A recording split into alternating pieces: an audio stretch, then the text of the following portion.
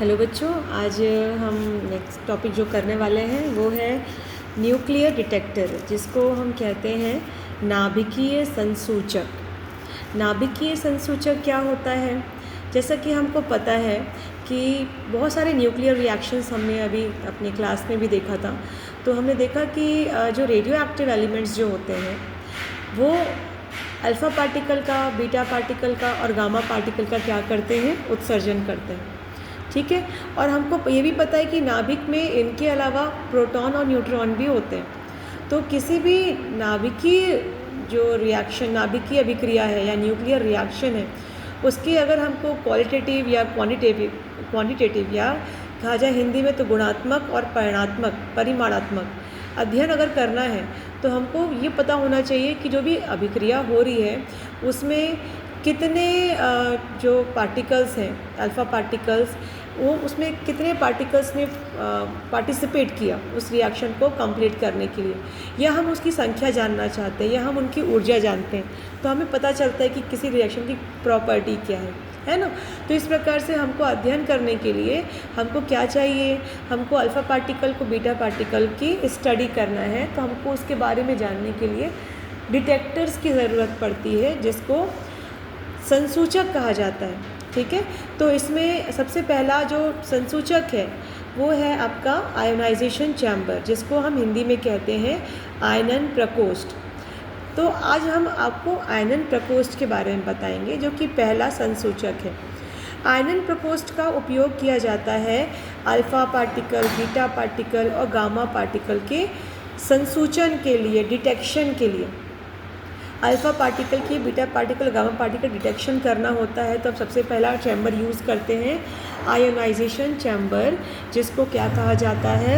आयनन प्रकोष्ठ कहा जाता है।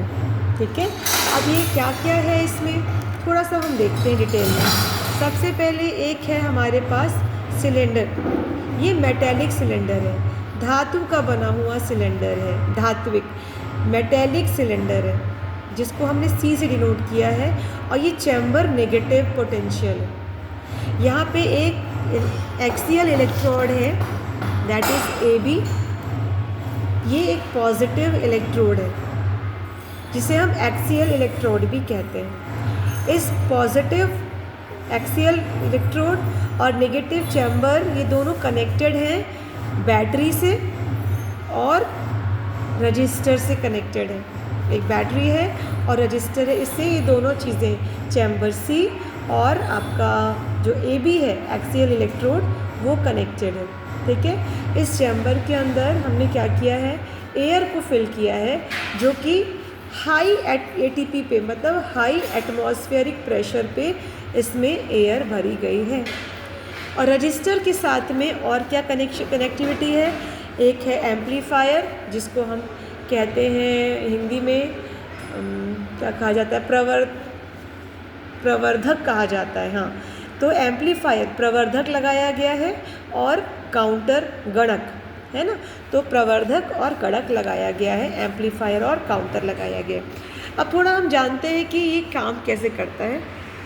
तो सबसे पहले क्या करते हैं कि कोई न्यूक्लियर रिएक्शन हुआ, न्यूक्लियर रिएक्शन से हमको अल्फ़ा पार्टिकल या बीटा पार्टिकल मिला, तो उस पार्टिकल को क्या करते हैं? इस चैम्बर के अंदर प्रवेश कराया जाता है। जैसे ही एक आवेशित कण इस कोष्ठ में, इस चैम्बर में प्रवेश करता है, तो वो क्या करता है? इस कोष्ठ में भरी हुई जो गैस है उसको आयोनाइज कर देता है।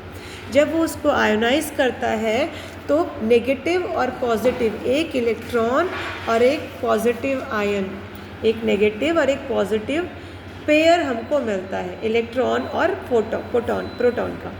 तो नेगेटिव और पॉजिटिव मिलते हैं, तो चूँकि चैम्बर नेगेटिव है तो जो पॉजिटिव है वो चैम्बर के पास चला जाता है, जो नेगेटिव होता है वो इस पॉजिटिव इलेक्ट्रोड AB के पास आ जाता है। तो ये दोनों क्या है? जब हमको पता है कि ये दोनों चीज़ें कनेक्टेड है रजिस्टर से, तो जैसे ही इलेक्ट्रॉन